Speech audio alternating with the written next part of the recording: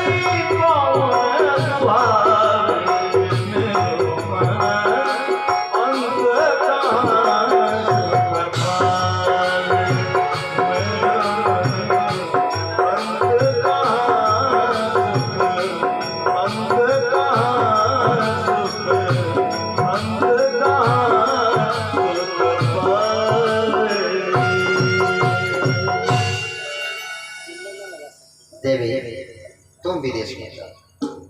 रही बात तो श्री कृष्ण चरणाम्भोज स्मरत उत्तम भविष्य। देवी भगवान के चरणों का ध्यान करो, तुम्हारा दुख निश्चित ही दूर हो। और रही बात तो मैं समझ गया, अरे तुम वो भगवान की प्रेयसी है ना, कि जिस घर में तू निवास करती है वहां साक्षात नारायण स्वयं आ जाता है। चाहे वो सबरी का घर है, चाहे वो रैदास का घर हो, नीच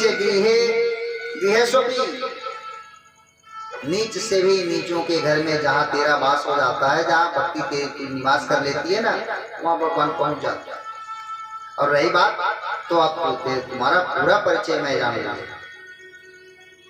जब भगवान ने तेरे को भक्तों के पोषण के लिए भेजा ना, तो तुम्हें दासी रूप में मुक्ति को दिया। तो देवी तू जहां निवास कर लेती है तो तेरी दासी वहीं रहती है, उस जीव का निश्चित ही मुक्ति मिल जाती है। मुक्ति का केवल मोक्ष नहीं, जहां भक्ति रहेगी उसकी सेवा में मुक्ति जरूर आ जाएगी। और मुक्ति जहां रहेगी वहां कष्टों से मुक्ति, दरिद्रता से मुक्ति, दुखों से मुक्ति, रोगों से मुक्ति, अनेक प्रकार से मुक्ति सरल ही मिल जाती है। इसलिए देवी तू विदेशी। अब नारद जी पहुंचते हैं ज्ञान वैराग्य के पास। कानों के पास जाकर के वेद वेदांत घोषश्च गीता पाठैर मुहुर्मुहुः, वेद मंत्रों का पाठ,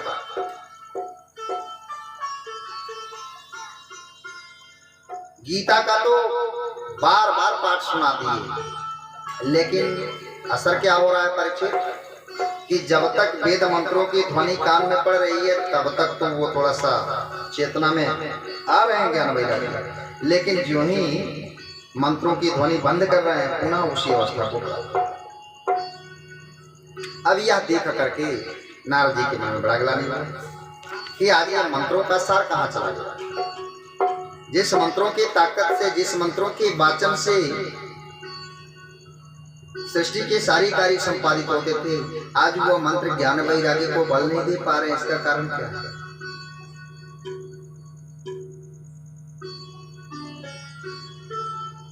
भक्ति रानी को बोध कराते हैं, कहते हैं देवी तू धैर्य धारण कर।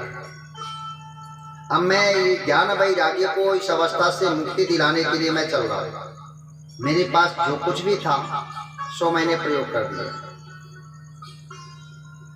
जितना भी ज्ञान था वेद मंत्र से लेकर के गीता का पाठ से लेकर के उपनिषद सब सुना दिया, लेकिन इनको बल नहीं मिला। अब मैं चल रहा हूँ इसके खोज में कि कैसे तेरे बालकों का उद्धार होगा। अब नारद जी तीर्थों में घूमने लगता है। वहां एक से एक महामंडलेश्वर संत महात्मा मिलते हैं। जब सुनते हैं कि नारद जी पधारे हुए हैं और ज्ञान वैराग्य को बल देने का क्वेश्चन पूछ रहे हैं, तो कुछ तो हाथ जोड़ के पहले खड़ा हो जाते हैं। कहते हैं महाराज बताइए, आप ब्रह्मा जी के मानस पुत्र होते हुए आपको नहीं पता, तो हम साधारण जीव हम क्या जानते हैं। लेकिन कुछ उसमें भी जो उनसे बड़े अहंकारी हैं वो अपने शिष्य को इशारा करते हैं, नारद जी आए तो कह देना कि बाबा हमारे मौन व्रत धारण किए हैं, जब मौन व्रत खुलेगा तो आकर पूछेंगे। मुखी भूतवा, जो बड़े आडंबरी हैं, जो बड़े ढोंगी हैं, कहीं मेरा पोल न खुल जाए, इस डर से वो मौन व्रत धारण कर लेते। अब नारद जी की बात समझ में आई कि पाखंडा निरता संता, संत महात्मा और ब्राह्मणों के पाखंड के कारण इन मंत्रों का वह तेज चला गया। अब एक तीर्थों से दूसरे तीर्थों में भ्रमण करते हुए नारद जी हरिद्वार तक चले गए। हरिद्वार से आगे जब बद्रिका आश्रम के तरफ भागे जा रहे हैं कि उधर कंदराओं में हजारों हजारों वर्षों से तपस्या में बैठे हुए संतों का दर्शन होगा, शायद वो कुछ रास्ता बताएं। तब तक सनक, सनंदन, सनातन, सनत कुमार चारों भाइयों का दर्शन। सनंदन जी पूछ देते हैं, नारद जी कहाँ भागे जा रहे हो? अरे आप उस तरह से भागे जा रहे हो जैसे साधारण गृहस्थ का कोई सर्वस्व धन छीन लिया, अकुलाए हृदय से वो भगता है। आप तो महान ज्ञानी हो, ब्रह्मा जी के मानस पुत्र हो, आप इतने अकुलाए हृदय से क्यों भागे जा रहे हो? नारद जी घूम करके आते हैं, चारों भाइयों को प्रणाम करते हैं, कहते हैं महाराज ऐसा नहीं है कि मेरा कोई धन हरण कर लिया है, मेरे पास तो एक ही धन है, अब वो है राम नाम धन, जिसको कोई छीन नहीं सकता, कोई चुरा नहीं सकता, तो मेरा तो कुछ लूटने वाला नहीं। सो मैं दूसरे के दुख से दुखी, जे न मित्र दिख हो ही दुखारी, तिला ही बिलोक पातक वारी। जो दूसरे के दुख को देख करके दुखी न हो, उनका भी सकल देखना पाप। इसलिए महाराज मैं मृत्युलोक भ्रमण करने निकला था, सो भक्ति रानी मिल गई और उसके दो लड़के इस अवस्था में पड़े हुए हैं, उनको उद्धार करने के निमित्त सो मैं उपाय ढूंढने निकला हूँ। कृपा करके आप ही लोग बता दीजिए। वैसे तो देखने में आप लोग 12 वर्ष के कुमारा अवस्था में हैं, लेकिन मुझे पता है कि आप हमारे पूर्वजों के भी पूर्वज हैं। आप हमारे पूर्वजों के भी पूर्वज हैं। आपकी अवस्था के ऊपर जरा जरण का कोई प्रभाव नहीं होता, इसलिए आप कृपा करके बताइए।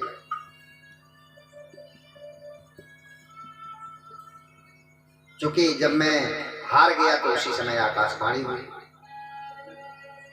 सत्कर्म सूचकों। अब समझ में नहीं आ रहा है कि सत्कर्म, कौन सा सत्कर्म किया जाए जिससे ज्ञान और वैराग्य को बल मिले। आकाशवाणी की भाषा तो बड़ी गोपनीय रही। सत्कर्म की बात आती है तो ज्ञान वैराग्य के कानों में मैंने वेद मंत्रों का पाठ किया। गीता पाठ है मोहर मोहर, गीता का पाठ मैंने बार बार किया, सो बल तो मिला नहीं। ये बात सुनकर के सनंदन जी कहते हैं, नारद जी, यदि आप ज्ञान और वैराग्य को बल देना चाहते हो, पुनः तरुणावस्था को प्राप्त करना चाहते हो, तो आप श्रीमद् भागवत सप्ताह यज्ञ करो। नारद जी के मन में संदेह होता है। नारद जी पूछ देते हैं, महाराज जी जरा कृपा करके बताइए कि मैंने तो सुना है कि वेदों का ही सरलीकरण पुराण है, और उस 18 पुराणों में एक पुराण श्रीमद् भागवत महापुराण है। तो भला जहाँ वेद मंत्र साक्षात मंत्रों की ध्वनि कान में दी गई, बल नहीं मिला, सो श्रीमद् भागवत से क्या हुआ? अब ये सुनकर के सनंदन जी बड़े मुस्कुराए।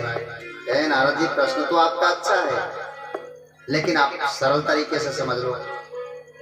गन्ने के नीचे के भाग से लेकर के ऊपर के भाग तक शर्करा हर जगह व्याप्त होता है,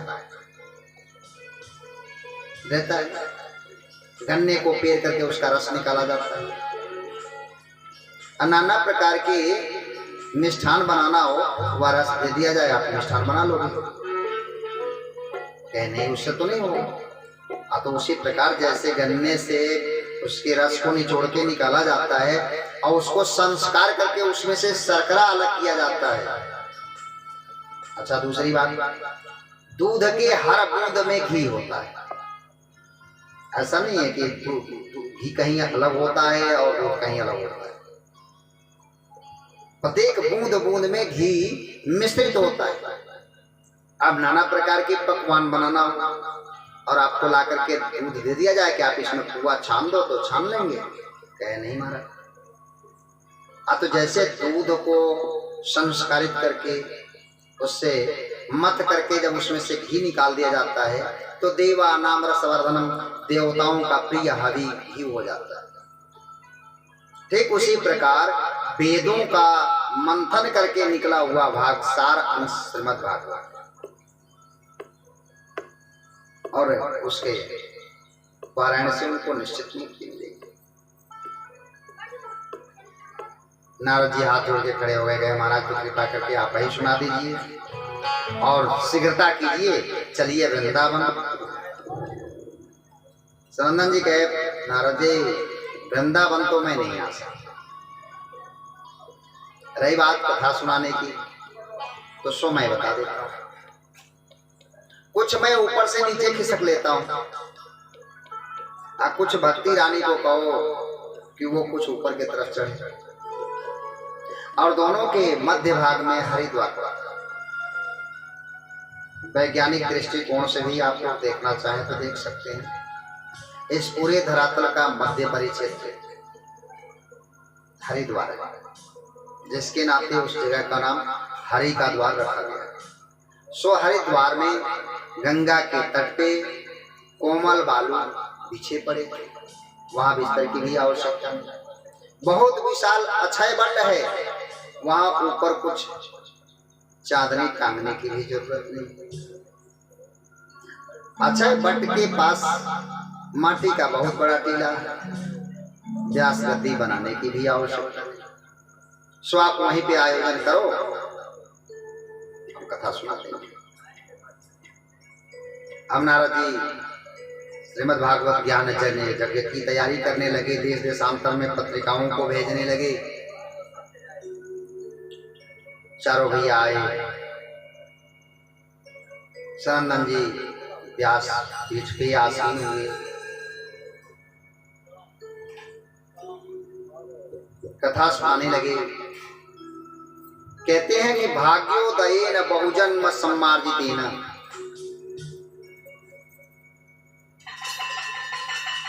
केवल भाग्य से ही भागवत शास्त्र सुनने का सुअवसर नहीं प्राप्त, केवल भाग्यशाली हो जाने से भागवत शास्त्र सुनने का सुअवसर नहीं।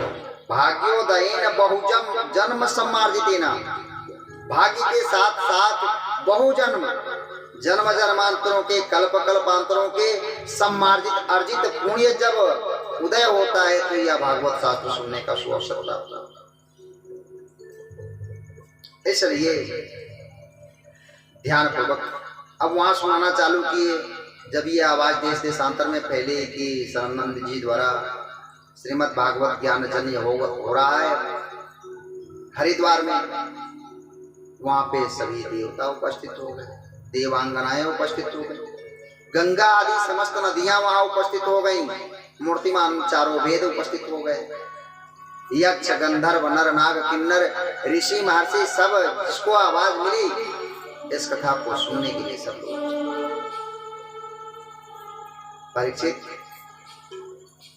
वहां भगवत कथा के बीच में भक्ति को अर्जित करने के लिए,